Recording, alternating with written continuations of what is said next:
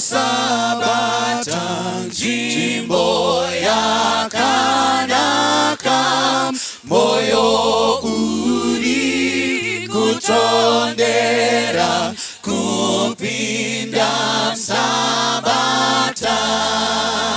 Sabata ranaka, Sabata ranaka,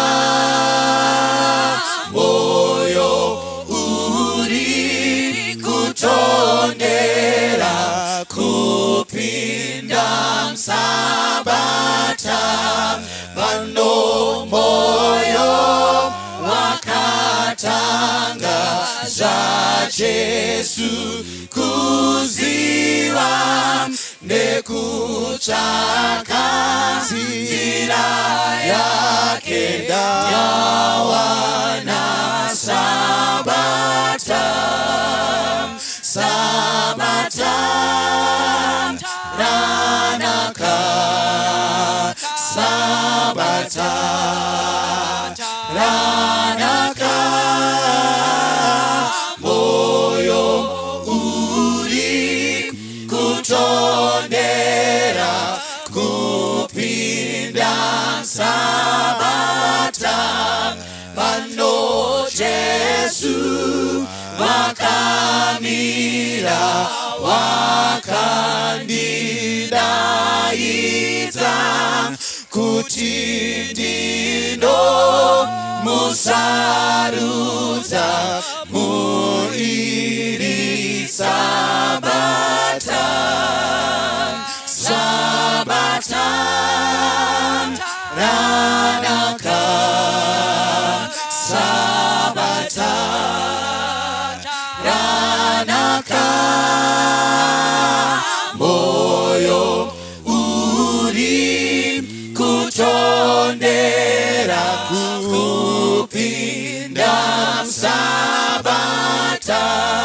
Hiro Sabata ranaka, Sabata ranaka,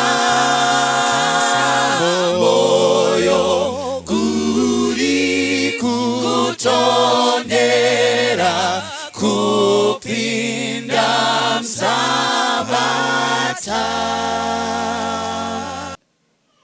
Kwaziwai vana vaMwari, kwaziwai sangano, salibonani zitlowe sitandekayo. Toda kutenda Mwari nemukana waatiwanira tichiri kuverengwa pakati pavapenyu. Mwari watiitira zvakanaka mukati mezuva ranhasi patichapinda panguva dzokunamata.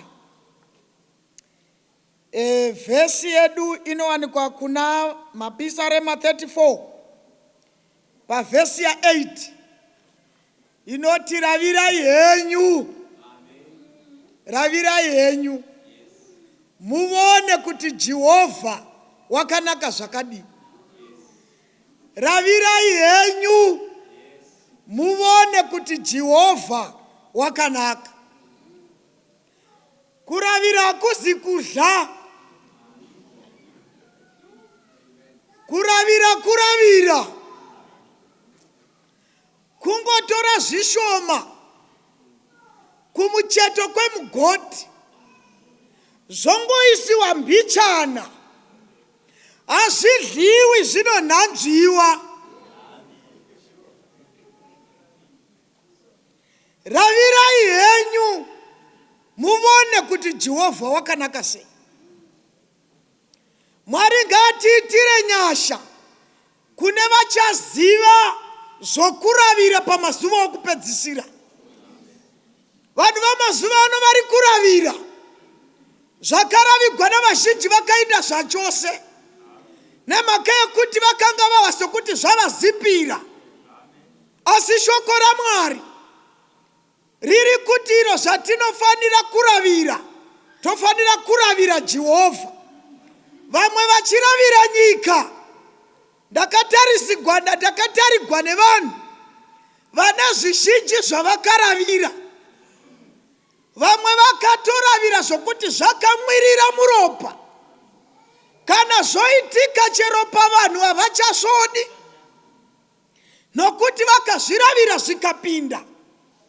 Vanoda kuravira, musangoravira zvose zvose. Ravirai Jehovha muvone kuti wakanaka sei.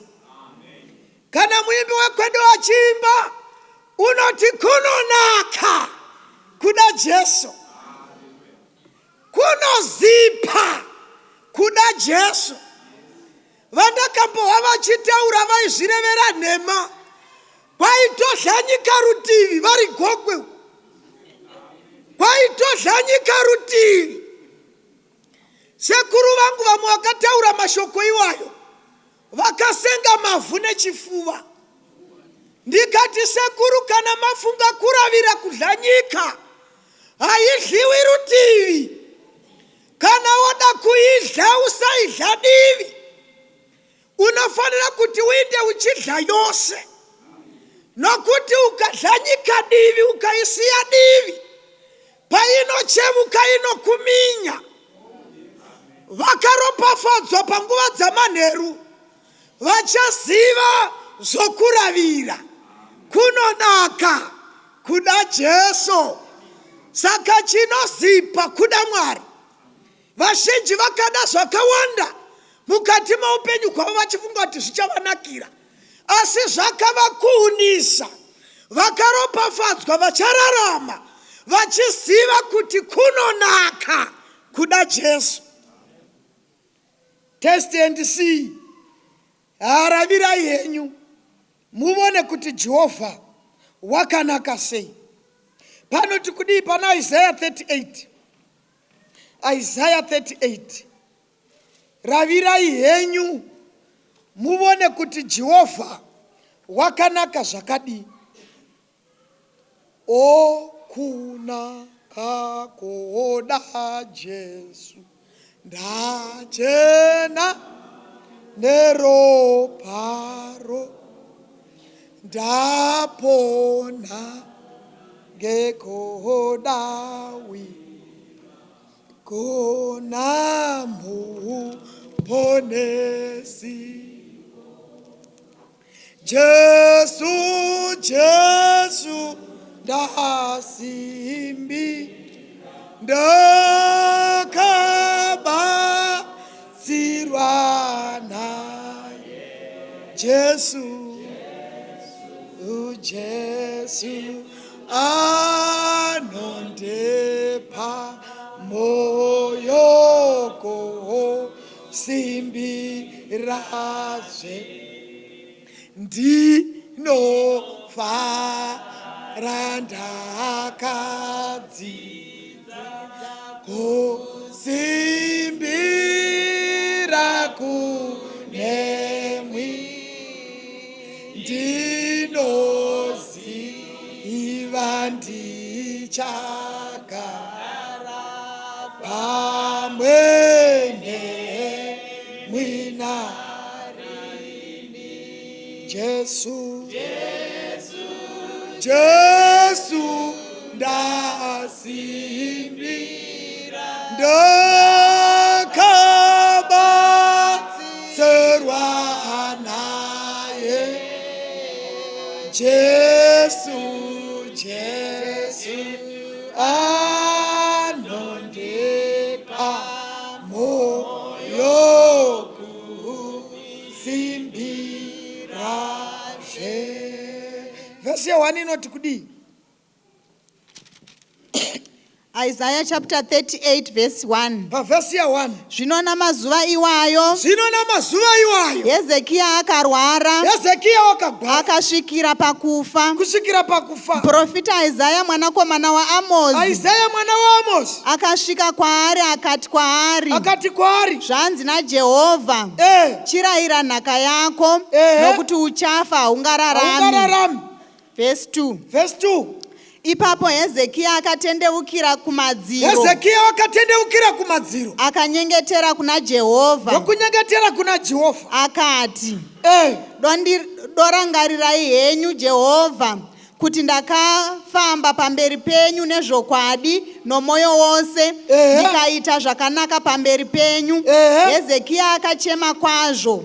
Verse 4. Ipapo shoko raJehovha rakasvika kuna Isaya richiti, enda undoti kuna Hezekia, zvanzi naJehovha Mwari wababa vako Dhavhidhi, ndanzwa kunyengetera kwako, ndavona misodzi yako. Tarira, ndawedzera pamazuva ako makore ane 15. Sangano rinoti kudii? Ravirai henyu muone kuti Jehovha wakanaka. Kana kungazowanikwa vanhu vane nhoroondo pamusoro pekunaka kwaJehovha, Hezekia une chokutaura mukati muupenyu hwake. Wanga uri munamato wangu, hama dzinodikanwa, hatigoni kuzoinda kudenga kana mukati meupenyu hwako usina nhoroondo. Unofanira kuti mukati mekurarama takamirira kudzoka kwaJesu unovuya, kana vamwe vachizoita nhoroondo. Somutendi wakatendeka unomirira kuzowana nhoroondo kana vamwe vachataura dzavo. Ndiri kuti kana taponeswa, tasvika kudenga, tapukutwa masodzi, tinofanira kuti mumwe neumwe achiponeswa unofanira kuzowana chokureva pamberi paMwari. Hezekia uchaita nhoroondo kuti ndakambogwara. Saka ndiri kutaura kudai, hama dzinodikanwa, danga harisira bwende ravanhu vanotarisira kurarama upenyu hwakatsetseka. Tiri pamazuva okupedzisira zvakadai. Pane zvizhinji zvinofanira kusanganikwa navatendi, zvakamirira kuti kana taponeswa unofanira kuzowana chokureva. Kana Jobho achizorondedzera kuti pamazuva angu ndakagwara, pamazuva angu ndakafigwa, pamazuva angu zvakandiremera. Iwe uri padivi paJobho, unofanira kuti sekuru, itai muchirondedzera muchipedza, nokuti neniwo ndine nhoroondo. Saka denga haringopindiki nje, roda vatendi vane nhoroondo. Saka zviri kukuwira hama yangu, zvinokuchemedza haisi mistake pamberi paMwari. Mwari uri kukugadzirira zhira kuti urambe uri pana Mwari. Tiri kushongana nevhesi zvikanzi namazuva iwayo Hezekia wakagwara. Saka zvinotiratidza kuti paugwere hwamunahwo mhai zviri kutibudisira pachena kuti paugwere huri kumba kwako hazvina kutangira kumba kwenyu. Kuna vakatombogwaravo imi musati mavapo. Chakakosha ndechekuti tidzidze kuti pavakagwara vakadii. Tichivhendenyura mushoko, pavakagwara zvikaita sei. Zvikanzi namazuva iwayo Hezekia wakagwara kusvika upenyu hwake hwasvika pakupera. Vhesi inotiyo, Mwari pachake wakarayira nomuromo akatuma munhu. Zvikanzi ndaunoudza Hezekia kuti kamugwariro kako aka, ndoda kukuudza pachena Hezekia, hauchararami kana zvichigona rayira nhaka. Kuti maiva musipo muzuwo, maiva musipo. Kana Mwari akatoti kamugwariro kako hauchapori, ndiMwari waderozvo. Ndo zvakataugwa naMwari. Zvikanzi ndaunomuudza kuti kamugwariro kako aka hauchararami. Kana mawa vhesi ichiverengwa, Hezekia paakaudzwa mashoko ekuti unofanira kufa, ngaachirayira nhaka. Vhesi 2 inotiyo, Hezekia audzwa mashoko. Vhesi ati ari panhova yekugwarira. Teerera mutendi, pamazuva akagwara Hezekia, vaprofita venhema vaivako. Pamazuva akagwara Hezekia, kunyangwe n'anga dzaivapo. Asi vhesi inotiyo, Hezekia agwara haana kuenda kunoshandikwa, haana kushandisa mazai, haana kushandisa maremoni mambishi, haana kushandisa mukaka. Papasine nehuku dzisina musungu, papasine nehuku tema. Zvinonzi avudzwa kugwara kwake ari panhova yokugwarira, haana kukwanisa kumuka. Vhasi inoti wakangoita zvokutendeukira kumadziro. Avete kangotendeukira kumadziro, haana kutaura mashoko akawanda. Hezekia unoti Mwari, zvamataura ndazviwa, asi Mwari rangariraiwo mafambiro andakaita pamberi penyu. Rangarirai Mwari. Ukawa Hezekia achitaura izvi kaizvi, unoziva kuti wakafamba sei pamberi paMwari. Ukawa munhu achinamata pamberi paMwari achitiye, Mwari munoziva kugara kwangu nekubuda kwangu, munoziva itsotsi. Kana uchinamata pamberi paMwari, dudza kuti kana uchifamba unofamba sei, kana uchibuda unobuda uchiindepi, kundoitei, nani, kana uchigara unogara sei. Haikona kuti Mwari munoziva kugara kwangu nekufamba kwangu. Mwari munoziva buda pachena. Hezekia wakataura nechivindi pamberi paMwari. Zvikadzini Mwari munoziva imi, rangarirai mufambiro wandakaita, zarurai mabhuku ekudenga muvone zvandakakuitirai Mwari. Kana mazarura, Mwari ndirangarirei. Kana mavona kuti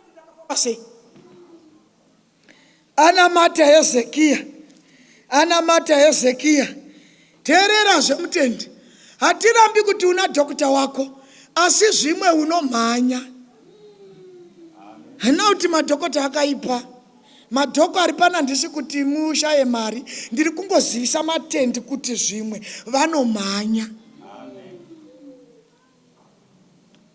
Dzimwe mari dziri kutotogwa dzai dzisingafaniri kutogwa namadhoko kana ukatanga kuudza muridzi wako chaiye. Hezekia unonzi wakangotendeuka avete pamadziro kudai, akati Mwari ndirangarirei mufambiro wandakaita. Vhesi 4 inoti ipapo Mwari ari kudenga, munamato waHezekia wakapfovora denga ukasvika pamberi pechigaro chababa. Ipapo zvikanzi Isaya dzokera, chienda undomuudza uti Mwari ndiri kuno kudenga, ndahwa kunyengetera kwako nemhaka yemunamato wako Hezekia, ndakuwedzera 15 years dzokurarama. Handizivi kuti pana ari kuhwa here apo. Handizivi kuti pana ari kuhwa here kuti Jehovha wakanaka sei, kuti tinonamata Mwari unohwa, tinonamata Mwari anopindura munamato.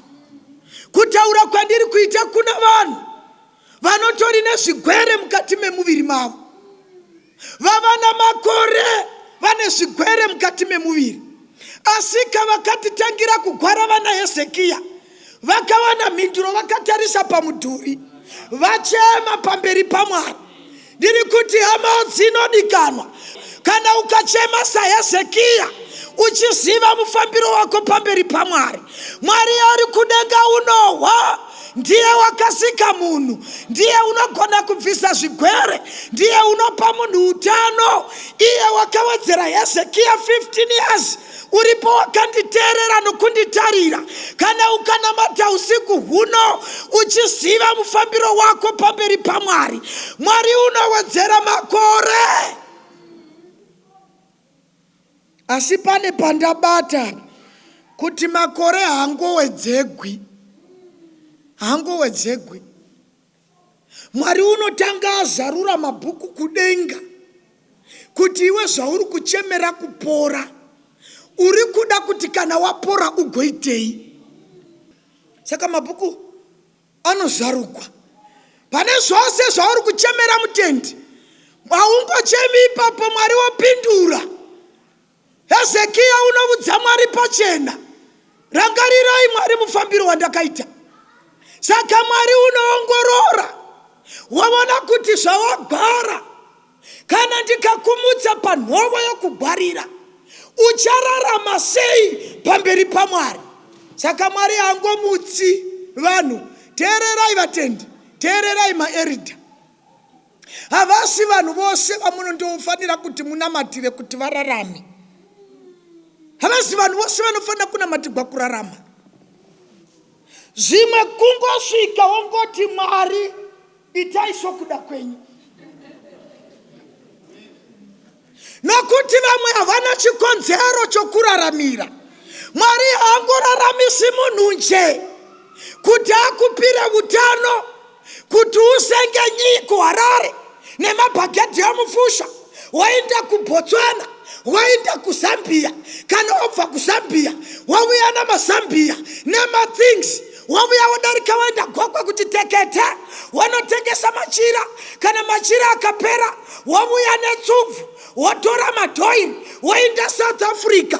Mwari haararamisi vanhu vakadaro. Saka Mwari unorangarira kwashava zvavagara. Kana ndikamutendera kuvata, basa raMwari richaramba here richifamba paMandara. Saka Mwari unoongorora, wazarura mabhuku kuti unofanira kumuka here kana tunofanira kuvata. Saka Mwari unozarura mabhuku, waona kuti wakafamba sei, chawakaita chii kuti basa raMwari riinde mberi. Mwari wokumutsa, Mwari womutsa.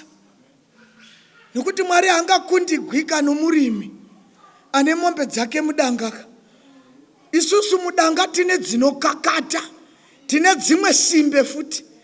Ukaisa joko pamusana, inongocheuka kamwe joko ragurika. Wovezesa rimwe, wotenga rimwe, kungonoti chikei, inongoti mbichana chikei pka. Zuva rose, chero ukakumbira zvikei zvomuraini, kurima kunokona, nokuti unenge wasunga ng'ombe simbe. Asi pakati padzo, panenge pane dzimwe dzinoshanda, yokuti chero ichifura, haifuriri kure, inofurira pedo. Ichiziva kuti chero nguva vatenzi vanondida pabasa.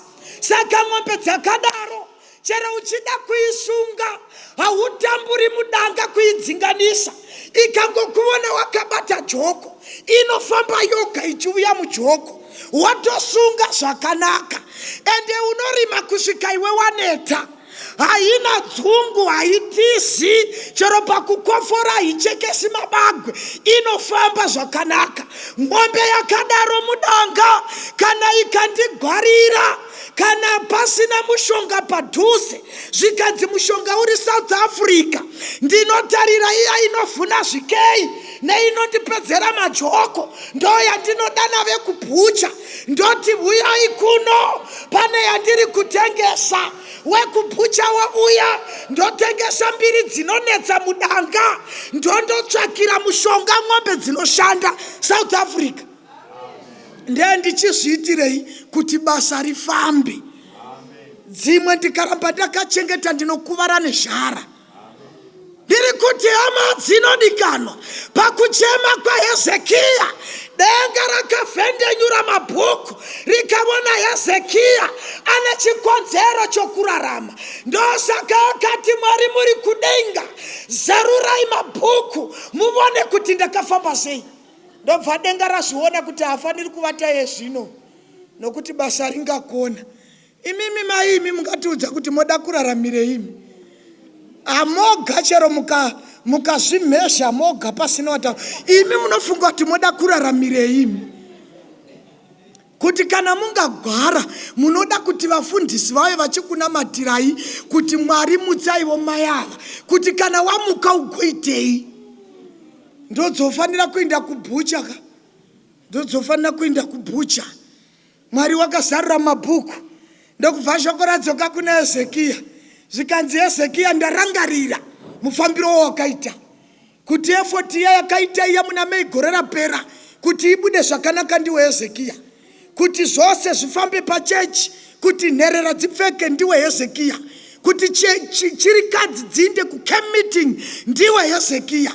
Saka nemhaka yaizvozvo ndakuwedzera 15 years. Hezekia akamuka akafamba.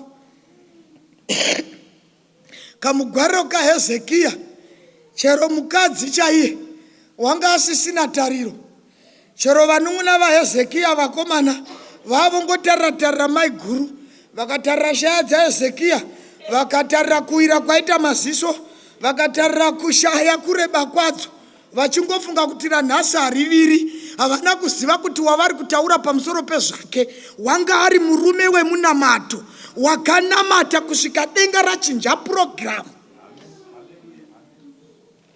Veukama vachirangana kuti kofini tichariwana sei. Pano vazhinji apa vakarongegwa zvokuvigwa kwavo kuti wahuna kuzviziva. Pawakagara paya, pawakagwara mhuri yakatotaura pamusoro pezvako, zvikanzi varume zvimwe tingaseka, kamugwariro kari kuita baba mukuru, imi munofunga kuti vakafuma vachinzi vafa, kofini toriwana sei? Vachironga pamusoro pako so. Asi kamwe kamunamatiro kakaita kuti denga richinje program. Hezekia waifanira kufa akawedzegwa 15 years. Ndakatarigwa navanhu manheru ano vana zvakawanda zviri kugwara mukati muupenyu hwavo. Unogona kunge mukati memuviri wako uchiwaso kuti uri right, asi pane zviri kugwara mukati muupenyu hwako.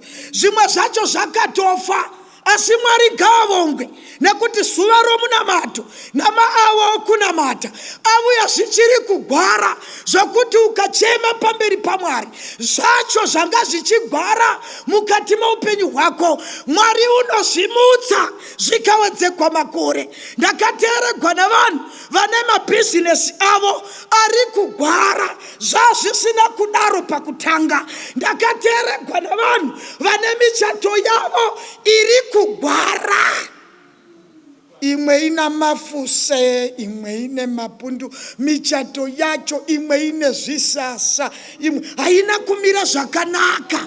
Pane zvakawanda zviri kugwara pamazuva okutanga zvazvisina kudaro, chero ukaongorora rudo rwacho muchangowanana zvazvisina kudaro.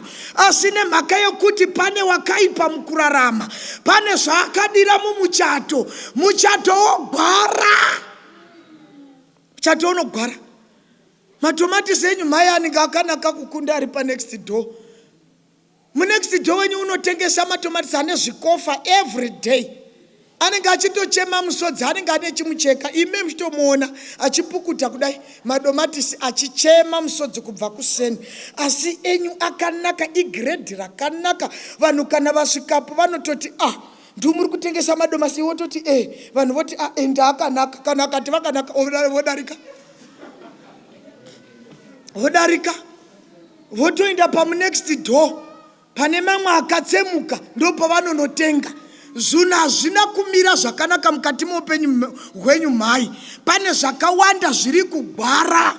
Unotombozama chero uchitengesa hembe pamusika, unozama kutora rengi yose kuita vana vatete vako, vana baba munini, vana sekuru, wangopfumura uyai kuno vatete, uyai kuno vatete, mandikanga mweri vatete, uyai kuno, uyai kuno. Unoda kutenga wouya wofunga kuti kudanda zikamwa, vatete muri kuda kutenge vatete, muri kuda kutenge vatete. Uya ari kufunga kuti kudanda zikamwa hama yangu, ndangokudana iwe kuti muzoona zvangu. Unombotora wotomboidza, woidza. Iwo tatora ichakanaka, iyo bvati hai kurure siya akanda, kwai ndodzoka, ndichadzoka. Hazvina kumira zvakanaka kutotenga mabhureira, chero ose akasafa, asi vanotora mabhureira nechikwereti havabhadhari. Pane zvakawanda zviri kugwara, asi Mwari ngavongwe. Hezekia agwara, wakatendeukira kumudhuri, akati Jehovha ndirangarire ivo. Panguva yokuchema kwaHezekia, munamato wakabvovora denga, kugwara kukawedzegwa makore, akamuka Hezekia. Taiti gwanyasha nokuti wavuya zvichagwara. Ndiri kutaura navanhu vane zvakafa mukati meupenyu. Kana kune munhu angataura zvokunaka kwaJesu, umwe angarondedzera kuti ravirai henyu muvone kuti Jehovha wakanaka sei, ndiHezekia. Ende unenge achitaura achirevesa. Mukada kuti anyatsokurondedzera kuti uri kuti Mwari wakanaka papiko, unotokuudzai kuti chero nesaizi yetirauzi yanga yachinja. Angotokwana saizi yetirauzi yemwana wegrade 6 ivo vari baba vakuru. Paakazodzosegwa utano, mafudzi akasumudza mabhachi, ndopaaiti kana asvika kuchechi woimba achiti Jesu ndokutevera. Chero vose vakakusiya, Mwari ndokuteverai. Nokuti wakaravira akaona kuti Jehovha wakanaka.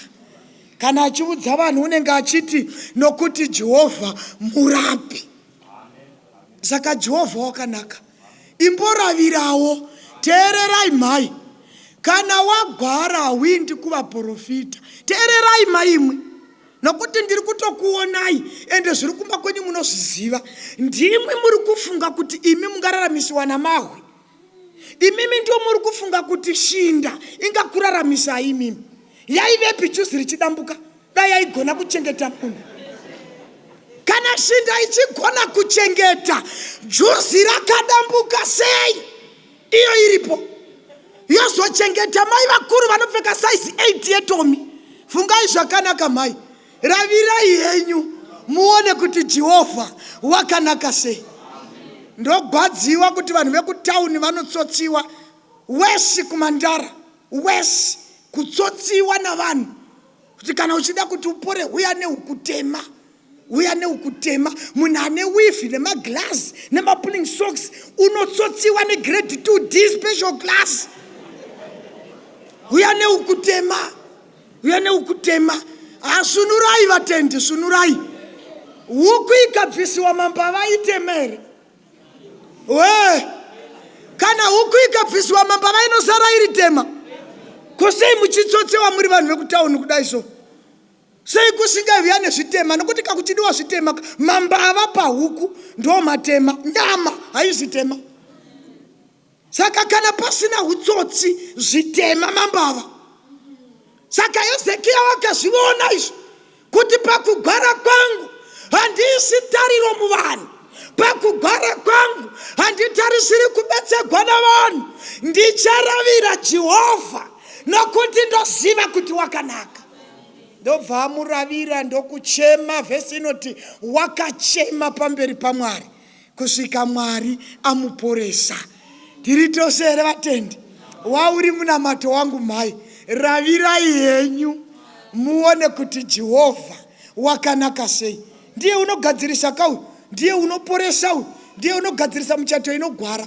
Dai maizobvunza Martha naMaria vaikurondedzerai zviri nani kuti Jehovha wakanaka sei. Kuti mai vamusipo pana chapter 11 paya dzaJoni paya. Kana mukawana nguva navo, kana mazovaona Martha naMarita, muvagadzike pasi musingamanyi-manyi. Vakurondedzerei kuti Jehovha wakanaka zvakadii. Ndopachakuudzai Martha kuti bhudhi vakagwara, Jesu vakanga vasipo. Ndobva taraira shoko tikati Jesu unodikamwa nemoyo wenyu wagwara. Vhesi inotiyo Jesu haana kuita ipapo zvake, wakatomboyambuka mhiri akaenda kundobata rimwe basa. Vana Martha vakatombogwadziwa, asi Jesu chaakaindira waida kuti anyatso kuti zviitike chaizvo. Pakunokunoka kwake, vhesi inoti Lazaro wakafa. Lazaro afa, ndobva vatuma shoko kuti Lazaro wafa.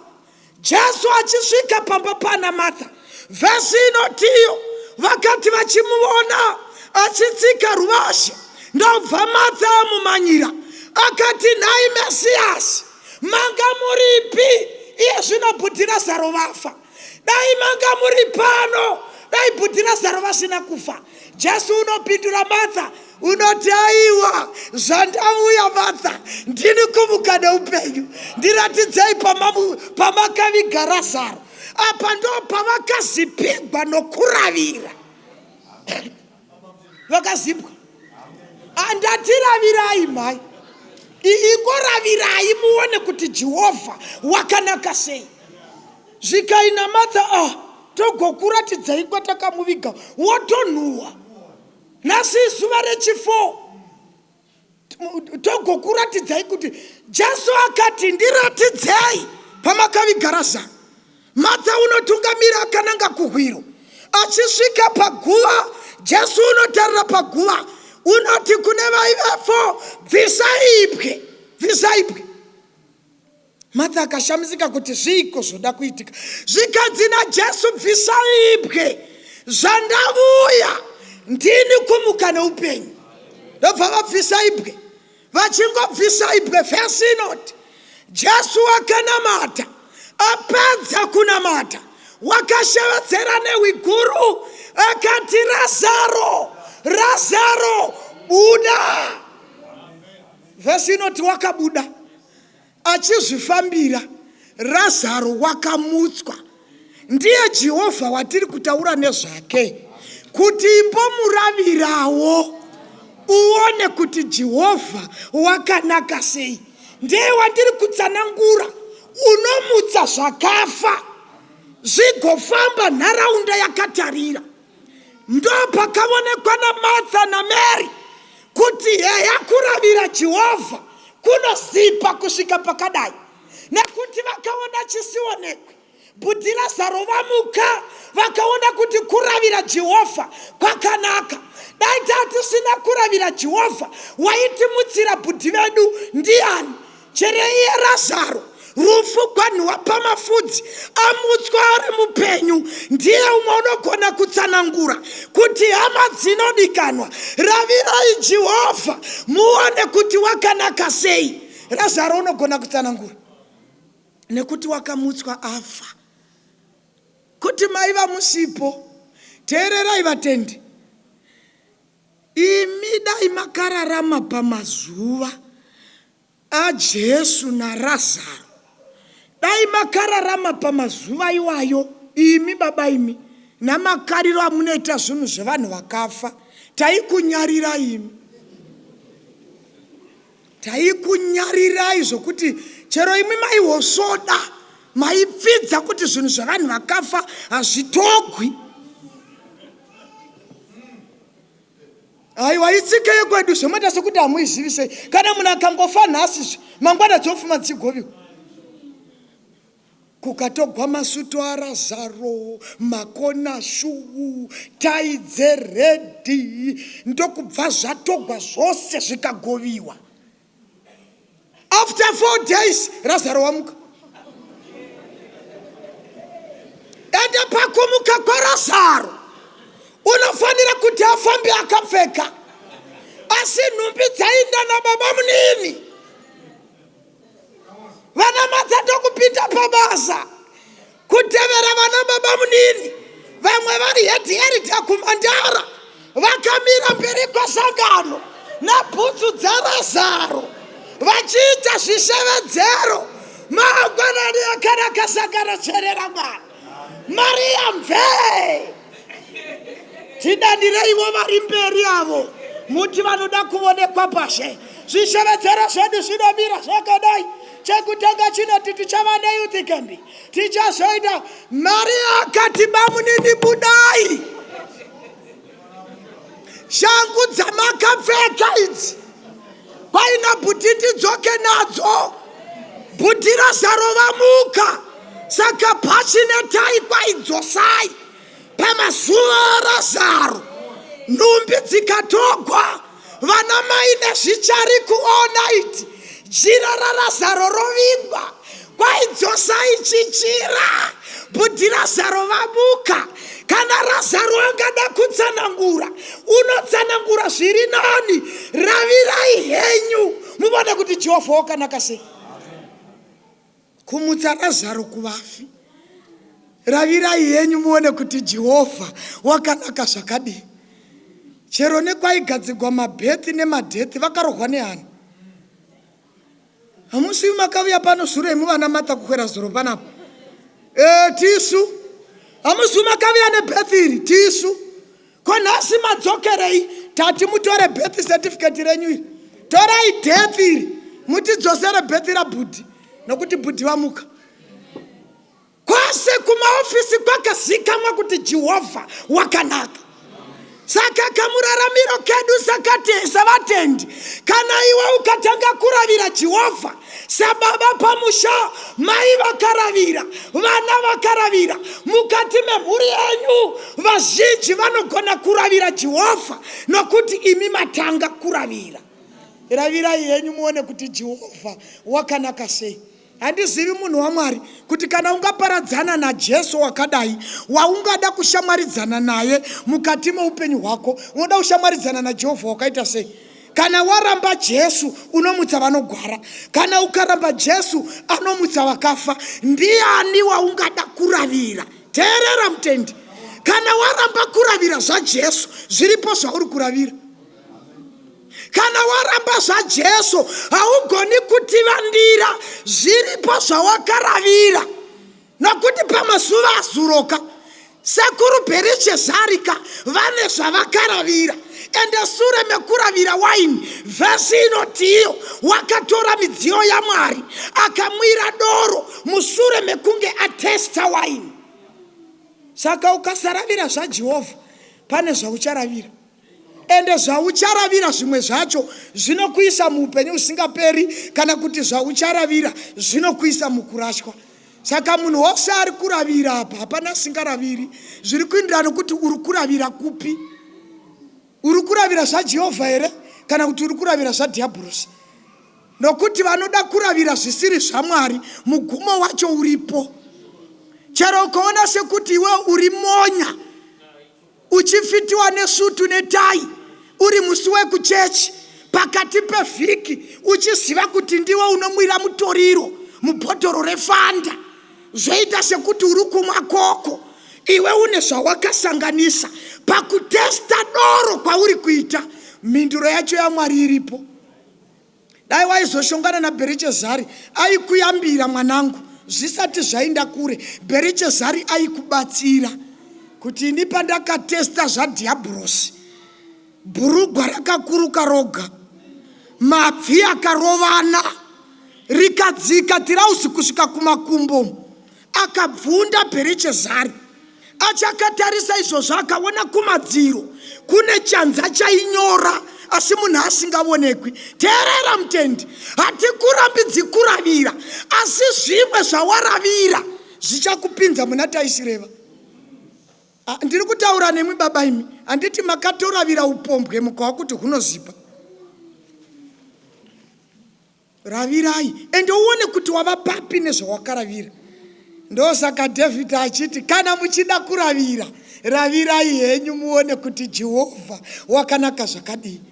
Tiri kutaura kudai, hatingotaurika zvana Martha kumba kwavo, hatitaurika zvana Hezekia kumutswa kwavo. Nesuwo titori nedzeduwo norondo zvokuti kana tikatanga kurondedzera panapa, umwe noumwe akarondedzera kuti chakaitika mukati meupenyu hwake aravira kunaka kwaMwari, chakaitika chii, titori nerorondo. Patichapinda pakunochema tichindonamata, namata uchiziva kuti tinonamata Mwari wokuti kana ukamuravira anokuitira zvakanaka. Kana akaporesa vana Hezekia akamutsa vana Razaro, iwe zvakafa zvako anokona sei kuzvimutsa? NdiMwari unomutsa zvakafa kau. Kana akamutsa Razaro pakufa kwake, chero iwe zvacho zvauri kuti muupenyu hwako zvafa, nezita raJesu unomutsa, unozvimutsa. Handizvi kuti varipo here Mwarika? Ndoda kukuravirai nokuti makanaka. Nokuti makanaka ndoda kukuravirai Mwari. Chero zviripo zviri kunetsa mukati meupenyu hwangu, asi ndinovimba kuti ndikachema sezvakaita Hezekia, imi Mwari munondiporesa. Handizivi kuti dambudziko rako nderei munhu waMwari. Chadogona kukusiyira ndechekuti ravira hako uone kuti Jehovha wakanaka sei. Kati chitaura zvokuravira Jehovha nokunaka kwake, haufaniri kubva pana Mwari kunyangwe panguva dzokuchema. Haufaniri kubva pana Mwari chero ukaona sekuti tariro yarashika, chema uchingori pana Mwari, zvichigwadza zvakadero, zvichirema zvakadero, uchiona sekuti mbereko yaramba zvachose, uchiona sekuti hauchapori, uchiona sekuti basa huchariwani. Vakaropafadzwa vachachema vari pashoka dzaJesu, nokuti mhinduro inouya. Mhinduro inouya. Rangariraivo Mwari kufamba kwangu, rangariraivo kubata kwangu, mundipindure sekupindura kwamakaita Hezekia. Kana aripo anoda munamato, unofanira kusimuka womira neshoka. Kana pane mufundisi pakati pedu auya anamatire shangano raMwari, vana vanoda kuravira kuti vaone kuti Jehovha akanaka sei. Chero zvisina kumira zvakanaka mwanangu, ravira Jehovha uone kuti akanaka sei. Chero uchida muchato, ravira uone kuti Jehovha akanaka sei. Chero ukati woda kundorovora uyo womitiswa, uchida kundobvisa mari uyo womitiswa, wodanana neunohwa kuti watizigwa, zvakadaro mwanangu, ravira uone kuti Jehovha wakanaka sei. Nekugwara kwenyu mai, ravirai muone kuti Jehovha wakanaka sei. Makanaka semangwana tenzi wedu na mambo kuka kwenyu nerudo kuinotifadza saka makanaka semangwana ani munopenya kukunda zuva ipapa kuvu yakwenyu tenzi iro ridima richaparadza tichazopiwa chiremba tichapiwa umambo tichatonga neumahambo najesu narinizve saka makanaka semangwana ani munopenya kukunda zuva ishapakuvu uya kwenyu tenzi iro ridima richaparadza saka makanaka nakasemangwana ani munopenya kukunda zuva ishapakuvu uya kwenyu tenzi iro ridima richaparadzwa. Tinamatire munhu wamwari. Ngatinamatei. Maybe tisatanamata tinokumbirwa kuti kupera kwekunamata kwachaita pastor vachanamata kuno indichanamata Mwari aripo kumutsa upenyu hwaparara. Ichokwadi. Tiri vana Hezekia ndizvo kawana Mwari. Vana Hezekia vanga vasina kuwanda zvoti pa next door havana kutomboziva kuti mudhara wepapa panzi uchafa. Saka vakaramba vachitoita mabusiness avo asi aiziva meeting yaitwa ndiHezekia. Ichokwadi. Even paakazopuwa overdraft yemakore pa next door havana kuziva. Muripo here vana vaMwari. Ichokwadi. Zvakadai zvokuti pakanzi hondo Hezekia haana kutiza. Aiziva kuti inini ndine 15 more years dzekurarama. Ichokwadi. Vamwe vachitiza. Lazarus akanzi waakutonhuhwa condemned. Ichokwadi. Pamudzviti vakatotsarenda mabhedzi zvese. Asi regai ndikuudzei, enda undonamata. Amen. Tsvaka Mwari mukati megore rino. Ndiwo unoziva zviri kuitika muupenyu hwako. Ndiwo unonyatsokuziva kwauri kubva nekwauri kuenda. Ndiwo unoziva zviri kuitika kubasa kwenyu. Saka tichanamata kana regai kuti pastor vanamate tisawandisa. Pastor vachanamata. Pastor vachinamata tichaimbirwa song yanga ichiimbwa namama kunoku nevaimbi. Pastor namatai.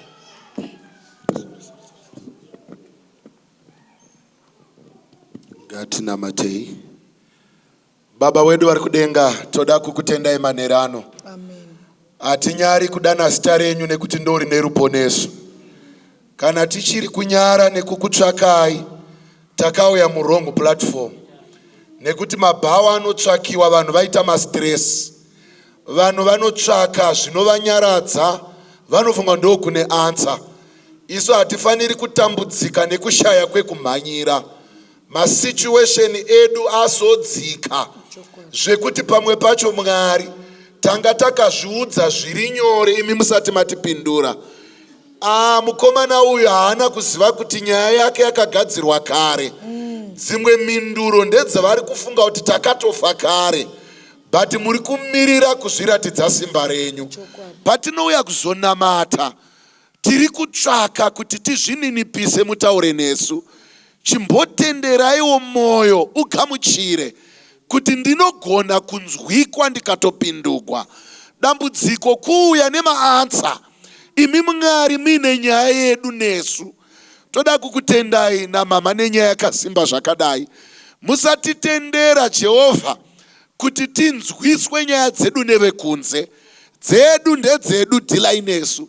Kutouya kwataita ipapa takasiyana, kutoona kwedu kwakasiyana. Chitauraiwo nesu Mwari.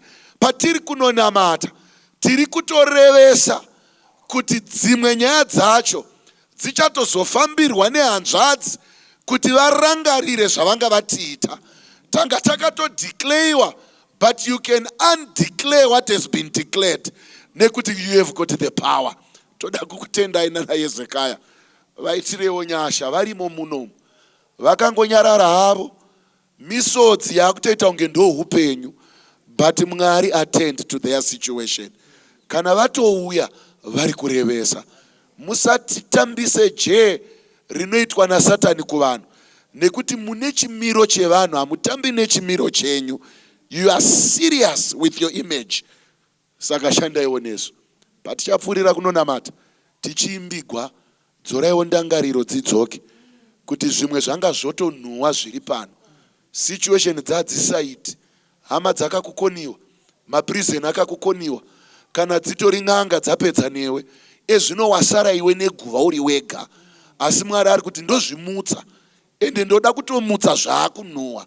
Ndikamutsa zviri fresh hauvhunduki, ndoda zvanhuwa ndizvidzose pazvimiro. Ndo simba raMwari watonamata. Uchadii panguva dzakadai?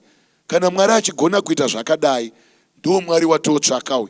Maitenyu nekuti matinzwa, mashandisa murandakadzi wenyu, rambai muchivapakurira zvimwe zveukuru hwenyu. Kana ivo vaendesa vaita rupande rwavo, musavakanganwewo pazvikumbiro zvavo. Tanamata nekuvonga muzita renyu rinogara nekusingaperi. Amen. Kunonaka kuna Jesu komudawira kwazo kuzorora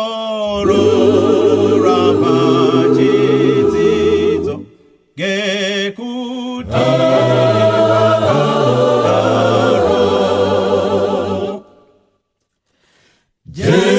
Jesu ndasimbira ndakaba sirwa naye.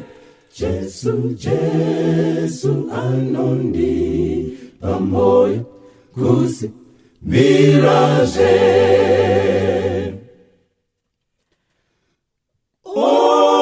Kunaka kuda Jesu dachena neroparo dapona nekunawira muna nesiwo. Jesu ndasimbira ndakaba sirwa naye. Jesu anondipa moyo kusimbiraje.